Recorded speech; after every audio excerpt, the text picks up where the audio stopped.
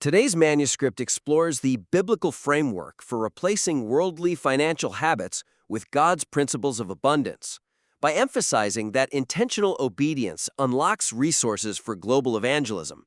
And, jumping straight into the critique, the foundational premise is incredibly strong, but there is a major structural flaw here. It's like handing the reader the keys to a massive, fully fueled cargo plane in Chapter 1, but not telling them they are supposed to be airdropping supplies to the world until Chapter 5. Right, they are just going to taxi it around the runway. They'd be completely frustrated by the sheer size of the vehicle because they don't actually understand what it was built for. Exactly. The core thesis brilliantly redefines wealth as a tool for global evangelism, but the structural progression delays his crucial purpose until much later in the text. The manuscript explicitly states that shifting focus from acquiring things to serving humanity is paramount, right? Yeah, it says abundant resources are necessary for end-time revivals and taking over mass media, like television networks. Yes, television networks, satellite broadcasts, all of that. But the weakness here is that this grand outward-focused "so what" is buried deep in the later sections. Because the early chapters focus so heavily on personal deliverance from debt and escaping those, beggarly elements, the reader might initially mistake the text for a standard personal finance or self-help book. Oh, and they miss the higher calling of divine stewardship completely? Completely. But wait, if we move the global evangelism network material to Chapter 1, don't we risk alienating the reader who is just drowning in credit card debt? If I can barely pay my mortgage and I open a book looking for a lifeline, hearing about funding a global media revolution on page 2 might just make me put the manuscript down. That is a very fair point. The gap between my reality and that vision is just too vast. So how does the author bridge that without losing the reader right out of the gate? Well, that is the exact tension the author has to navigate, and it really comes down to reframing the motivation for financial freedom. The suggestion to improve this structural flow is to pull the concept of global evangelism forward into the introductory chapters to immediately establish the purpose of prosperity. Right, so framing personal financial freedom not as the end goal, but as the strict prerequisite for funding the gospel. Exactly. You bridge the gap by telling the reader that their current financial bondage isn't just hurting them, it's actually hindering their divine assignment. So it changes the psychological weight of the debt entirely. It is no longer just, I am stressed about my bills. It becomes my fear-based debt is keeping me from participating in faith-based provision for others. Yes, let's look at what this means for the actual writing mechanics. In the opening Freedom from Bondage section, right after declaring that God wants to speak to every aspect of life, the author should insert a teaser paragraph stating that the ultimate goal of financial freedom is to resource the kingdom. Just drop the anchor right there. Right there. And when first mentioning the transition from worldly debt to covenant favor, they should explicitly link it to the later argument about financing evangelism. State early on that God is El Shaddai, not El Cheapo, because the gospel costs money to broadcast. I love that phrasing. And, building on that point, what if we looked at it from the perspective of a highly skeptical reader? If the global evangelism angle is front-loaded, doesn't it instantly disarm the critique that this is just another selfish prosperity message? Oh, 100%. It proves this isn't a selfish prosperity message, it's a mobilization manual. It establishes the biblical difference between worldly, beggarly elements and divine prosperity from page 1. You are basically telling the reader that managing personal resources is completely different from practicing godly financial stewardship. Because one is about survival and the other is, about distribution. Exactly. And, if the foundation of this manuscript is that daily obedience functions as the primary key to unlocking divine resources, you have to give the reader a reason to be obedient that is just bigger than their own comfort. Breaking patterns of financial lack in daily living requires immense discipline. It really does. If the only reward is a zero balance on a credit card, human nature will often just default back to poor habits.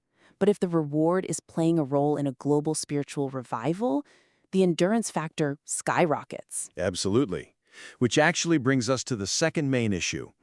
The manuscript powerfully distinguishes between worldly poverty mindsets and divine prosperity, yet its practical examples sometimes blur the line between faith-based provision and the exact get-rich-quick mentalities it explicitly condemns. Oh, wow, really? Where does that happen? The weakness sits right at the climax of the sowing in famine section. Earlier in the text, the author makes a very commendable point that believers must not pursue riches for the lust of the flesh. They warn that if your ambition is to be rich, you haven't actually separated yourself from the world. Right, the author does an excellent breakdown of the rich young ruler there, noting that he lacked commitment, not just money. Yes, that part is fantastic. However, the concluding anecdote heavily features a highly transactional narrative. The author details writing 10 $1,000 checks and immediately receiving a $150,000 airplane and $100,000 in return within a week. Oh, I see. Yeah, and while that is factually true to the author's experience, leaning solely on this massive material windfall at the very end undermines the earlier, beautifully nuanced definition of holistic prosperity, which, the text defined as peace of mind, health, and serving others. That makes sense. But could the airplane evidence also support a different conclusion for the reader? I mean, is there a risk that ending on such a massive material acquisition might accidentally endorse the trust in riches mindset the author just spent pages dismantling? It absolutely risks inviting criticism from the very people the manuscript is trying to win over. It creates a massive cognitive dissonance. The reader is told that prosperity is physical, mental, social, material, and spiritual, but the grand finale is exclusively material. So how do we fix that? The suggestion for improvement is to rebalance the concluding examples to highlight non-financial or outwardly service-oriented returns alongside the financial ones, ensuring the focus remains squarely on stewarding resources for humanity rather than personal accumulation. Recontextualizing the airplane story seems like the most obvious mechanical fix there. I mean, how do we shift the focus from the acquisition of the plane to the stewardship of the plane? You show the tool at work. Immediately after the airplane anecdote, the author needs to detail how that airplane was used to further the gospel or serve the poor.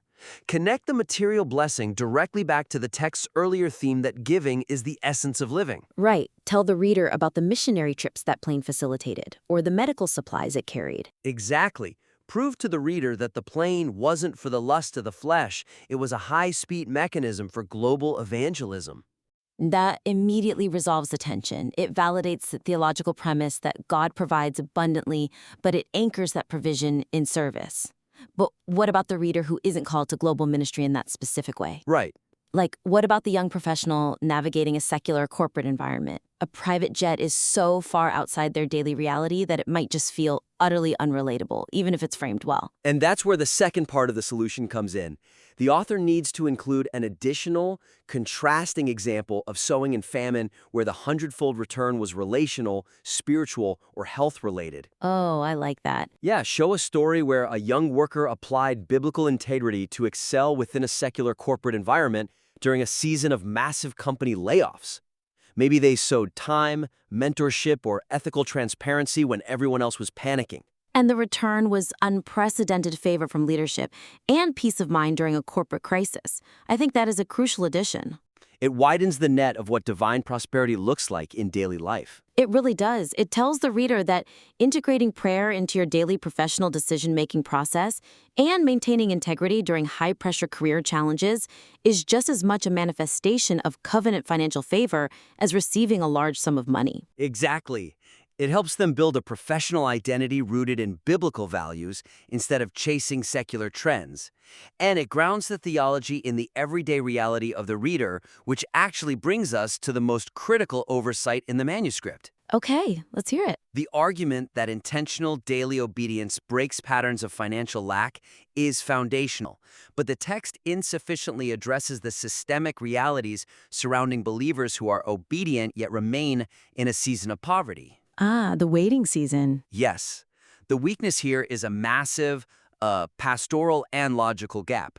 The narrative relies on a direct cause and effect loop where financial lack is attributed almost exclusively to three things: disobedience, rebellion, and lethargy. Right, the author brilliantly uses the analogy of demanding obedience from his own children to explain God's expectations there. He does. And while the text accurately notes that replacing fear-based debt with faith-based provision requires discipline, ignoring believers who are genuinely obedient but currently suffering leaves a logical gap. It risks alienating deeply faithful readers facing structural hardships. That's clearly laid out. I wonder, though, if we've considered the deeply obedient reader who is currently bankrupt through no fault of their own. Like, maybe they were laid off due to a corporate merger, or a catastrophic health crisis wiped out their life savings. Exactly. If the only theological categories this manuscript provides for their suffering are disobedience, rebellion, or lethargy, that reader is going to feel intense condemnation. How might this be stronger if we explicitly differentiate between rebellion and a season of testing? That is the perfect question. The suggestion for improvement here is to introduce a nuanced discussion on the timing of God's provision and the difference between a temporary season of testing and systemic rebellion. You have to validate the listener's struggle while maintaining the premise of divine abundance. Because the practical application of patience needs so much more airtime. How does an author offer that pastoral care without undermining the core theology that God wants his people to prosper? You have to explore the psychological experience of the waiting room. For concrete examples, the author should dedicate a brief section clarifying that famine isn't always a punishment for lethargy. Sometimes it is simply a stage for God's intervention or a trial of patience. Like referencing Hebrews chapter 6, verse 12, which the author already does, but applying it directly to the waiting period of poverty. Yes, exactly that.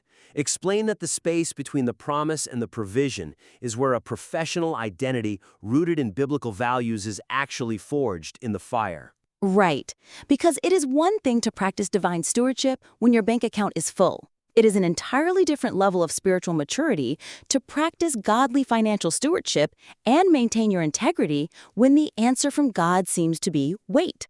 And to anchor this, the author needs to use a biblical example of someone who practiced daily obedience but experienced a significant delay in their prosperity, such as Joseph in prison. Oh, Joseph is the perfect narrative framework for this. He really is. The author should explain how Joseph's professional identity and integrity remained rooted in biblical values during the high-pressure wait. He wasn't in the dungeon because of lethargy or rebellion. He was in a wilderness season. Bringing Joseph into the manuscript completely balances the paradigm. You can explore how he integrated his faith into his daily decisions even while enslaved. Exactly, and his eventual prosperity was directly tied to the character that was tested in the dark. It tells the reader, if you are in a famine right now, check your heart for rebellion. But if your heart is clear and your hands are clean, hold fast, because you might just be in the dungeon season before the palace. Wow. That completely shifts the emotional tone of the manuscript from condemnation to profound encouragement. It creates a comprehensive theology of wealth. When all of those elements are working together, the manuscript stops being a simple financial guide and becomes a masterclass in divine stewardship. That is the perfect way to frame it. Let's trace the arc of the structural and thematic lenses we've applied today to help strengthen this manuscript. We started by front-loading the global evangelism purpose to frame the why.